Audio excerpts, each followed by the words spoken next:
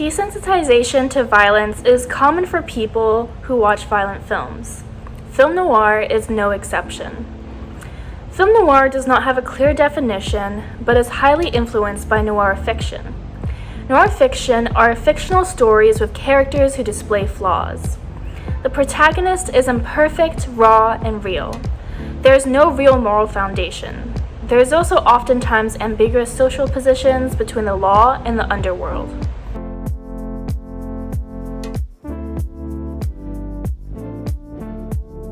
So today I'm going to be talking about a film by Zhangke.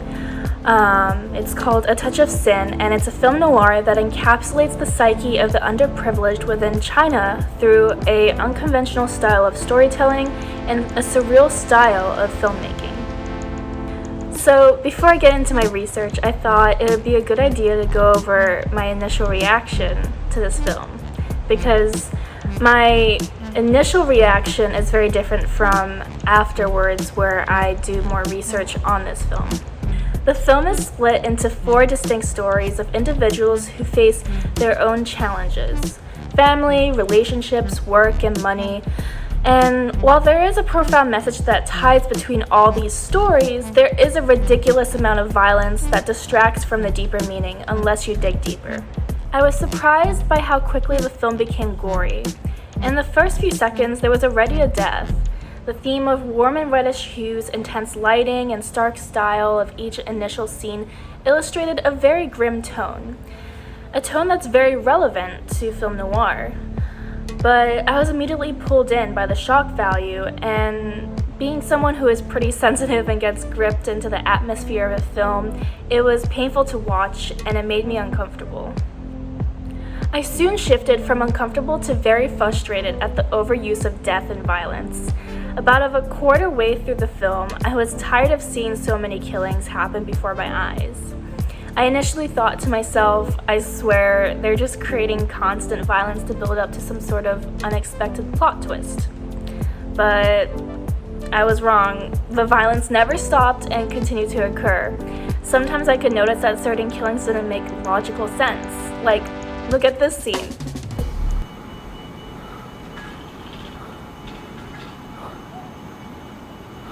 Chào bạn, 那个是打高尔夫了。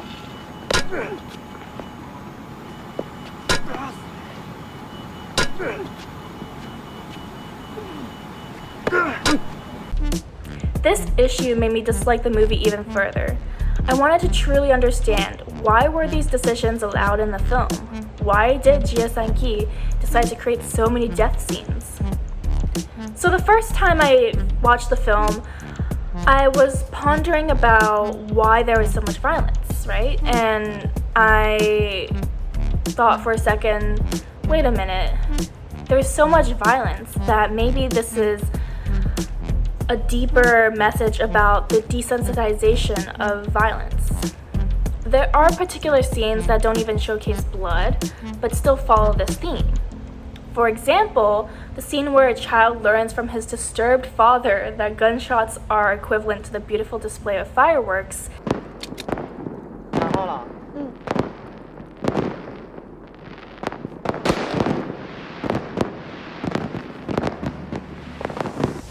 Zhangke is very clever in the way he guides his audience to the conclusion that the next action of a character will ultimately lead to bloodshed. The optimist in me thought that there would be character development and someone would stop causing violence, but boy was I wrong. It kept going on, and honestly, in my opinion, in the start, was that was Zhangke's goal, and I still stick to that there was this theme of desensitization to violence.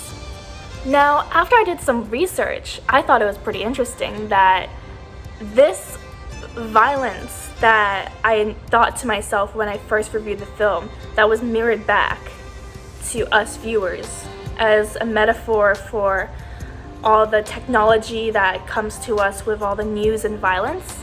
Well, Zhangke actually had that intention. There's an application called Weibo.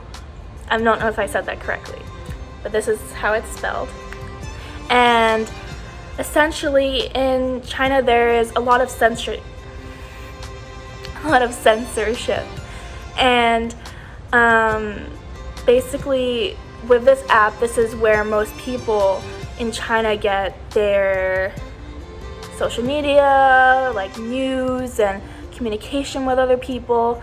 And so it can be pretty limiting.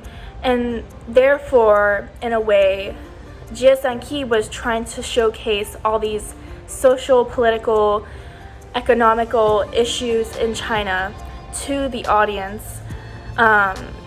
in China specifically, of course, but also worldwide, showing what it's like being a person in China who has maybe struggled with relationships, money, political powers, and more. So I think we all get it that I was initially mad about watching this film. I was kind of tired of the violence and it was a bit too much for me. And honestly, I had to take a break from some of the blood that was being shown. I was like, really? Again? It became, I guess, desensitizing to me. But after I researched more, I realized that I was sounding kind of privileged because, you know, if you do look further into why Zhangke made this film, it's actually much deeper, and the intentions that he had were very, very powerful. Initially, I interpreted the violence as lack of effort on Zhangke's part to send the message of China's social political climate.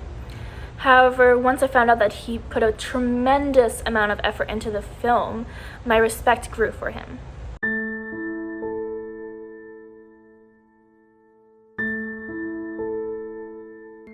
So, my initial reaction to splitting the film into 4 parts was confusion. I was like, why did he need to jump around when he could focus on one character in detail? Taking time to watch more diverse and unique films like Magnolia by Paul Thomas Anderson opened my eyes to the benefits of splitting a film between multiple main characters. It shows that life isn't experienced by just one person. It's experienced by many people you encounter and the stories they share with you. Plus, when making a film that's multifaceted, the beauty of connecting them together as a theme is truly beautiful. I believe that as viewers, we often get stuck to what feels right, but I think that as we grow and mature and try to be more open-minded, we can learn from the differences. And what I'm saying isn't even wrong because Zhangke said it himself. So, to quote him, he said, "The most important is that we don't experience life by encountering just one person or one event. Rather, we encounter lots of information and many people at the same time. I wanted to convey this experience through multiple stories, the experience of exchanging information back and forth on the internet. Another reason is that each story is really a very extreme one, because violence is itself extreme. An extreme story is not necessarily something that happens all the time, so it often gives the impression of being an isolated case. And it might seem like this person was simply in very particular circumstances that led to this tragedy. But what we see in China today is that these events happen all the time. They are no longer rare events. There are very profound social reasons why they occur. So I feel that by using multiple stories, we are telling people that this isn't necessarily an exception, nor is this an isolated and extreme story, that these kind of stories happen in China all the time. What I also found out is that A Touch of Sin actually was said by many people in China to be a sort of prophetic piece, which was interesting because there was an explosion of a bus in Fujian, a gun rampage at a Shanghai factory, and then a Beijing airport explosion. All of these events happened after A Touch of Sin came out. And the commentaries said that this was very prophetic. What's interesting is that Zhangke said that it's not really prophetic. He said, "I wasn't predicting anything. Rather, I saw circumstances in present-day Chinese society that made us feel rather uneasy. Through the film, I hope to raise people's awareness as well as present my own impression of these circumstances." So it makes it clear that after hearing about Zhangke's intentions, that it wasn't necessarily the 4 stories and individual cases that he wanted to truly focus on, but it was actually the over-encompassing theme of recognizing a social problem in China. And what he said, these kind of stories happen in China all the time, is what truly struck a chord in my heart. After doing some more research, I found out that these 4 stories in A Touch of Sin are actual real-life stories. I find this fascinating, but it doesn't end there. Zhangke also spent his own time visiting each location of the 4 stories. The first story takes place in northern China, where Zhangke is from, in Shaanxi. The second story is in the southwest in Chongqing. The third story is in central China, in Hubei. And the last story is in the southern province of Guangdong, in Dongguan. Visually, I find it fascinating how these stories all line up geographically. But what is even more incredible is that the visual representation creates a metaphor for the major social issues in China through movement.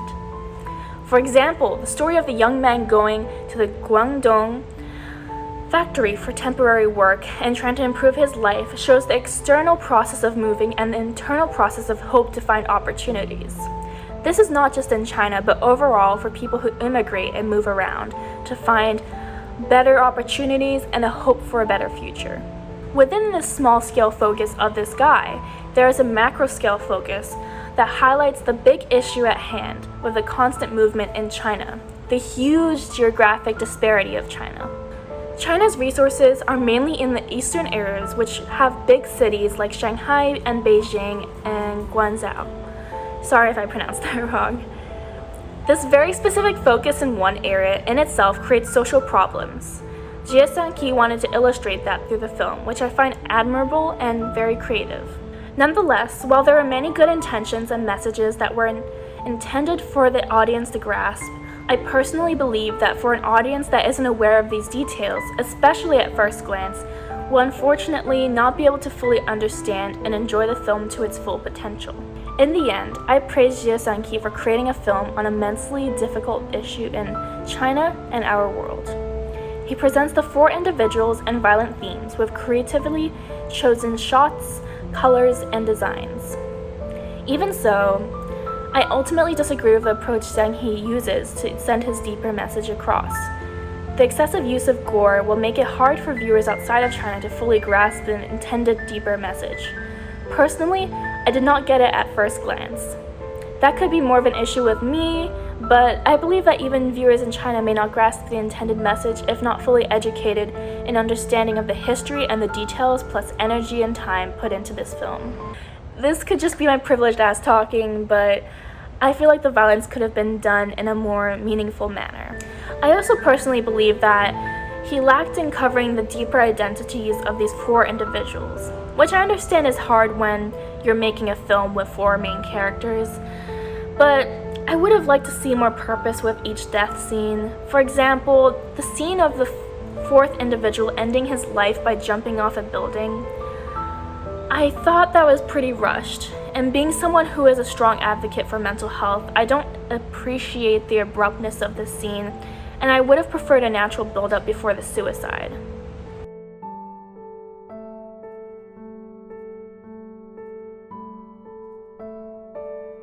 Overall, the inconsistencies were what took away from the intended message, in my opinion, as a young adult Asian American viewer who has not lived in China ever.